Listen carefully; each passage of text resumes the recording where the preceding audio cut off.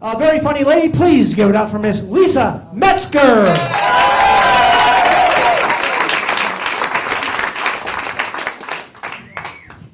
Hey, everybody. Hey. I need more applause. Oh, that might be the big time of the night, so gotta play for it. Thank you all for coming seriously and supporting our class. We really appreciate it. We have worked very hard these last 6 weeks, especially the last week. I mean, we were neglecting jobs and family, pets, doing all this. Any of you guys have pets? Anybody have pets? No, we have a cat, a cranky old cat named Tiki. He's 14. He's a cancer survivor and a diabetic. True story. And we just found out he has herpes. I am not shitting you. We cannot figure out how this happened. He's an indoor cat, and he's fixed. How did he manage the T in STD? I'm thinking there's some slutty tabby in the neighborhood that's sneaking in when we're not home. Here, kitty, kitty, kitty. And the thing is, he's not even a nice cat. He's kind of a jerk. You don't want to pet this cat. He'll slash you. And he's such a jerk that he tries to lure people in. They come over and he whines between their legs and he butts them with their head. They reach down, trophy finger. He's got a little bulletin board. Stuck upon the pins.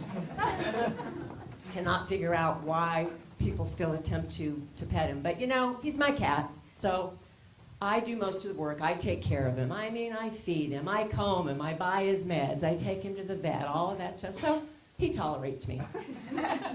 But he loves my husband. Worships the ground he walks on. Follows him around the house.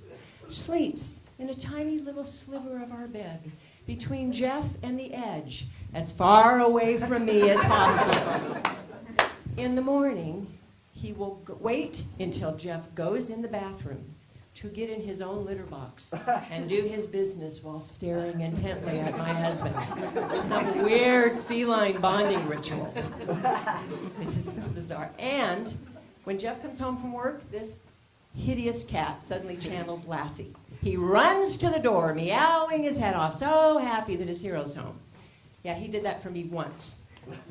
And when I walked in the door, he stopped meowing, he looked, and then he gave me that cat butt disc where they lift their tail and show their asshole.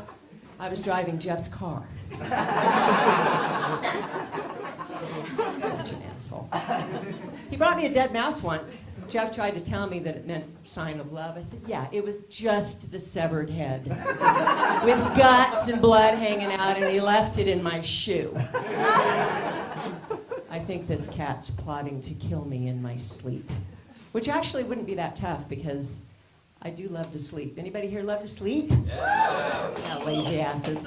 Actually, I like to hang out in my pajamas, and I work at home, so I can be in my pajamas all day. Nobody knows except me and the UPS guy. Why do we make such a big deal about clothes? Why do we have to wear a different outfit every day? I mean, let's face it, you don't wash everything every time you wear it when you take it off, right? How many times those jeans, huh? Admit it. Like 3, 4 times those have been on? So why? Yeah. How many? 2 times, 3 times. Yeah. We know. We could tell. So why do we make such a big deal about clothes over PJs? Women, has this happened to you? You've got some outfit on, somebody says, oh, that's the cutest dress. You say, oh, and it's as comfy as my PJs. So why don't we wear our PJs out? But we are starting a new trend. Lululemons as casual wear. Let's face it, we spend entire days pretending like we're just making a stop on the way to our workout. And they're just as comfy and stretchy as PJs, so why don't we sleep in our Lulus? We could get up in the morning, be ready to go. Those $100 leggings. Exactly. In fact, you know what? I think I'm going to start a new trend. Pajamas. From bed to barbells, baby. Roll out of bed, there you all dressed, don't have to do anything. You know what else we're weird about? Hair. Why did we start assigning zones to hair?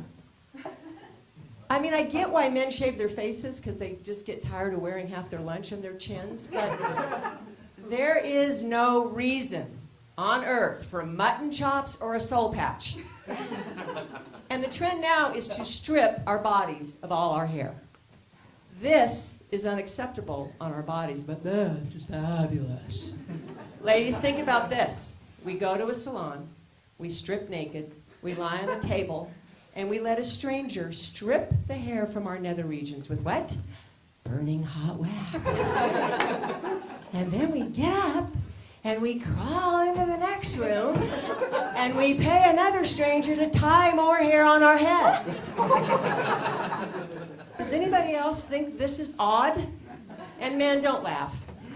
We don't wear head pelts. Newsflash, when you're wearing a dead squirrel on your head, everybody knows it. Speaking of dead squirrels, does everyone know what a merkin is? A merkin is a fake pubic hairpiece. Yes, yeah. Clam cover. Hoo-hoo hat. Toupee for the vajayjay. They make them for men, too. Those are known as junk jackets or weedy wigs. Little donut shape. Merkins were invented way back when the only cure for syphilis was mercury. You applied mercury to your body. Unfortunately, the side effect was hair loss. So merkins were the 14th century equivalent of bullshitting your date that you were syphilis-free. Can I interest my lady in the merkin for her poxyquim? Nowadays, merkins are used by actors, and they're used in TV and film. Like, actors will wear them for nude scenes, you know, the insecure guys, so they can pretend like they're not doing a nude scene. Or they're used to make people's bodies represent, like, the era that the TV or film is supposed to be in, because, you know, ages ago people weren't stupid enough to pour hot wax on their bodies. And drag queens like merkins, except they kind of defeat the purpose, because their merkins are covered in, like, pink sequins, silver glitter, and, you know, they'll make little red fur when shaking a heart for Valentine's Day, and then they're all twerking in my merkin. Can't you just see that? I don't know if I'm going to be able to get that image out of my head for a while. Me too. So I think that I have a plan when it comes to my cat. I'm going to take really good care of him. I'm going to feed him well. I'm going to brush him. And then when he croaks, I'm going to make a merkin out of him. In fact, that might be a good line of business. Lost your beloved pet. Don't cremate, create. Fur merkins. Keep Fido close to your... Well, you get the idea. So yeah, I think I'll make a fur merkin out of tiki. I just hope he doesn't give me herpes. Thank you.